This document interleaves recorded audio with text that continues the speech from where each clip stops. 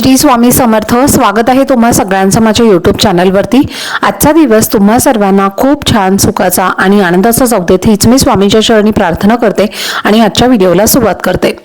पण त्या अगोदर तुम्ही माझ्या चॅनलवरती जर नवीन असाल तर चॅनलला सबस्क्राइब नक्की करा। त्याचबरोबर कमेंटमध्ये श्री स्वामी समर्थ लिहायला अजिबात विसरू नका। तर उद्या 30 नोव्हेंबरला गुरुवारी आहे संकष्टी चतुर्थी। तर ही चतुर्थी कार्तिक महिन्यामध्ये आलेली आहे। यामुळे चतुर्थीच्या नावावरून सुद्धा कळू शकतं की चतुर्थीचे जे व्रत आहे तर ते प्रत्येक माणसाने केलं पाहिजे। त्यामुळे सुद्धा आपले जे काही सर्व त्रास आहेत तर ते दूर होतात आणि संकष्टी चतुर्थी व्रत आणि पूजा केल्यामुळे श्री गणेश हे आपल्यावरती प्रसन्न होत असतात आणि म्हणूनच आपल्या प्रत्येक व्यक्तीच्या सर्व मनोकामना सुद्धा ते पूर्ण करत असतात। गणपती बाप्पा हे विघ्नहर्ता, बुद्धिदेवता, ज्ञानदेवता अशा अनेक नावांनी आपण त्यांना ओळखत असतो आणि त्यांना समर्पित असणारी चतुर्थी जी आहे तर ती या दिवशी गणपती बाप्पांना प्रसन्न करून घेण्यासाठी खूप महत्त्वाची मानली जाते। इतर दिवशी आपण गणपती बाप्पांची सेवा करतो का असं नाही, पण जेव्हा चतुर्थी असते आणि अशा वेळेला गणपती बाप्पांची पूजा, उपाय, सेवा हे खास करून केले जातात। गणपती बाप्पांना सर्वप्रथम पूजनीय मानलं जातं। कोणत्याही शुभ कार्याची सुरुवात ही गणपती बाप्पांच्या आवाहनानेच होत असते आणि त्यानंतर ते शुभ कार्य हे पार पडत असतं। तर या चतुर्थीच्या दिवशी गणपती बाप्पांना प्रसन्न करून घेण्यासाठी गणपती बाप्पांची सेवा जर करायची आहेच, पण त्यासोबतच काही उपाय सुद्धा आपल्याला करायचे आहेत। हे उपाय केल्यामुळे आपल्या आयुष्यातील अडचणी या दूर होतात आणि गणपती बाप्पा हा विघ्न नष्ट करणारे बुद्धीचे देवता मानले जातात। त्यामुळे जास्त उपाय हे आपल्याला उद्याच्या दिवशी करायचे आहेत। तर आजच्या व्हिडिओमध्ये तुम्हाला मुलांसाठी एक अतिशय प्रभावशाली उपाय मी शेअर करणार आहे। प्रत्येक आई वडिलांनी, आजी आजोबांनी आपल्या मुलांसाठी हा उपाय करायचा आहे। अतिशय महत्त्वाचा आणि प्रभावशाली असा हा उपाय आहे। हा उपाय जर तुम्ही केला तर तुमच्या मुलांचे सर्व दोष, विघ्न, अडचणी दूर होतील। अभ्यासात, नोकरीत, व्यवसायामध्ये मुलांची अगदी भरभरून प्रगती होईल। तर असा हा उपाय तुम्हाला मी आजच्या व्हिडिओमध्ये शेअर करणार आहे। त्यामुळे व्हिडिओ हा स्किप न करता शेवटपर्यंत नक्की पहा, जेणेकरून तुमच्यापर्यंत योग्य ती माहिती पोहोचेल।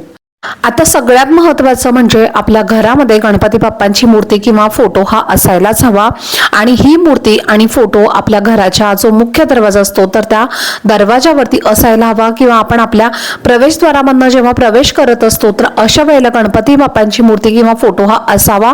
हा उपाय करण्यासाठी तुम्हाला एक तांब्याचा कलश घ्यायचा आहे। छोटा घ्या, मोठा घ्या, कोणत्याही साईजचा तुम्ही कलश घेतला तरीही चालेल।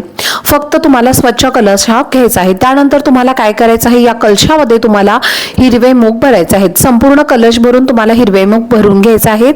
त्यानंतर तुम्हाला एक लाल कपडा घ्यायचा आहे, एक लाल वस्त्र तुम्हाला घ्यायचं आहे आणि त्यावरती तुम्हाला धूप, दीप वगैरे सर्व काही तुम्हाला घ्यायचं आहे। 21 दुर्वा तुम्हाला घ्यायची आहे। जास्वंदाची फुलं मिळाली तर तुम्ही ती आवर्जून घ्या किंवा तुमच्याकडे जर 21 जास्वंदाची फुलं मिळाली तर ती तुम्ही घेऊ शकता किंवा लाल रंगाची फुलं जी काही तुमच्याकडे अवेलेबल आहे तर ती तुम्हाला घ्यायची आहेत किंवा 11 फुलं सुद्धा तुम्ही घेतली तरीही चालेल। शक्य नसेल तर तुम्ही एक फुल घेतलं तरी सुद्धा चालेल। तुम्ही झेंडूचं जी लाल फुलं असतात तर ती सुद्धा घेऊ शकता। ज्याच्या तुम्ही माळा वगैरे बनवत असता तर ती फुलं तुम्ही घेतली तरीही चालेल, कारण की गणपती बाप्पांना जास्वंदाचे फूल जे आहे तर ते अतिशय प्रिय आहे। अगदी त्याचप्रमाणे झेंडूचं फूल सुद्धा त्यांना अतिशय प्रिय आहे। त्यानंतर तुम्हाला काय करायचं आहे, या सर्व वस्तू घेऊन तुम्हाला गणपती बाप्पांच्या मंदिरामध्ये जायचं आहे।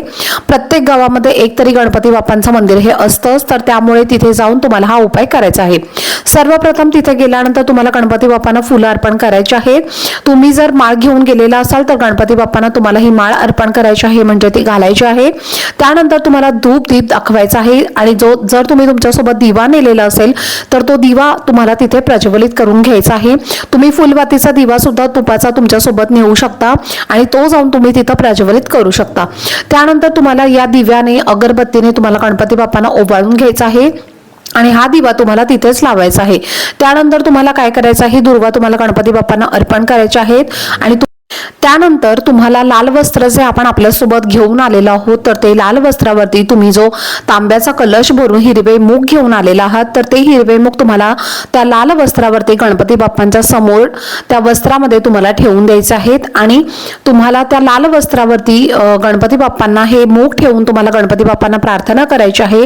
मनोमन तुमच्या मुलांसाठी तुम्हाला गणपती बाप्पांना साकडं घालायचं आहे।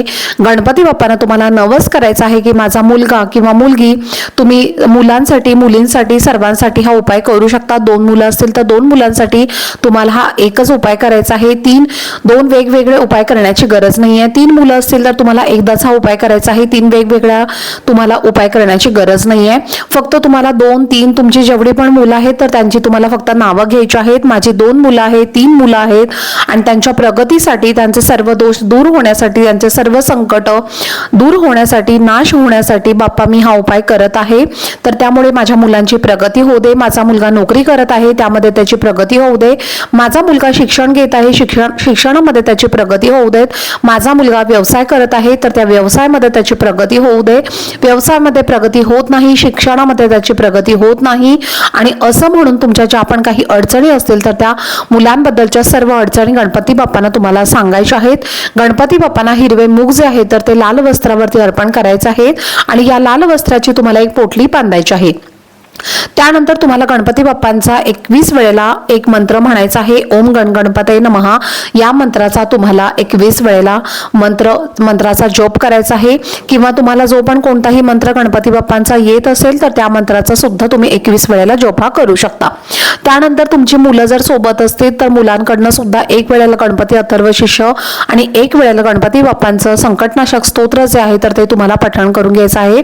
मुलं लहान असतील तर आई वडील आजी आजोबा यांनी हा उपाय केला तरीही चालेल आणि मुलं जर मोठी असतील तर तुम्हाला शक्य असेल तर तुम्ही मुलांकडनंच हे वाचून घ्यायचं आहे. आणि त्यानंतर मुलं जर तुमची बाहेर गावी असतील तर आईने किंवा वडिलांनी स्वतःहून गणपती बाप्पांच्या मंदिरामध्ये जायचं आहे आणि हा उपाय करत असताना तुम्हाला तुमच्या मुलाचं नाव घेऊन तुमच्या मुलांच्या मनातली जी काही इच्छा आहे तर ती तुम्हाला व्यक्त करायची आहे. त्यानंतर ती पोटली तुम्हाला तिथून उचलायची आहे आणि मुलं असतील तर मुलांच्या सोबत तुम्हाला मुलं सोबत तुमच्या घेऊन जा आणि नंतर ही पोटली घेऊन जिथे वाहतं पाणी आहे, नदी तलाव असेल तुमच्या आजूबाजूला तर अशा ठिकाणी ती पोटली तुम्हाला घेऊन जायचं आहे आणि सोबत तुम्हाला तुमच्या मुलांना सुद्धा घेऊन जायचं आहे. त्यानंतर ही पोटली तुम्हाला तुमच्या मुलाच्या हाताने उघडायला लावायची आहे आणि तुम्हाला मुलांना ती सोडायला लावायची आहे.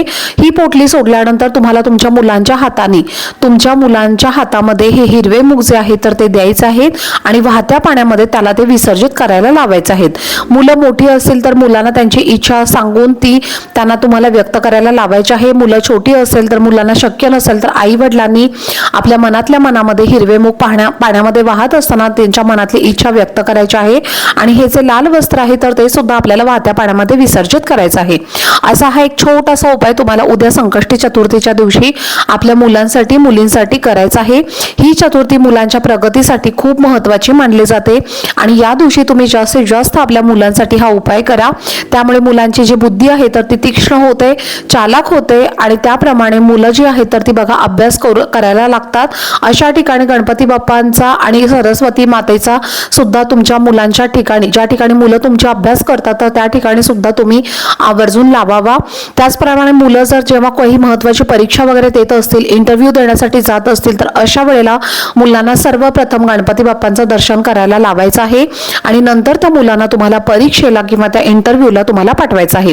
नेहमी तुमचे जर मुलं स्कूलला जात असतील तर अशा वेळेला सुद्धा गणपती बाप्पांना सुद्धा रोज गणपती बाप्पांचं तुम्हाला दर्शन करायला मुलांना लावायचं आहे आणि मग तुम्हाला मुलांना तुमच्या स्कूलला पाठवायचं आहे. तर अशा पद्धतीने तुम्ही जर हा उपाय केला तर गणपती बाप्पांची कृपा ही आपल्यावरती राहत असते, आपल्या मुलांवरती राहत असते आणि मुलांची बुद्धी सुद्धा ही जी आहे तर ती चालाक होत असते.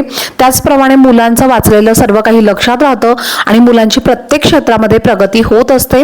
सूतक असेल, मासिक पाळी असेल तर हा उपाय तुम्हाला करता येणार नाही, तर तुम्ही तुमच्या घरातल्या इतर व्यक्तींकडनं मासिक पाळी असेल तर हा उपाय करून घेऊ शकता.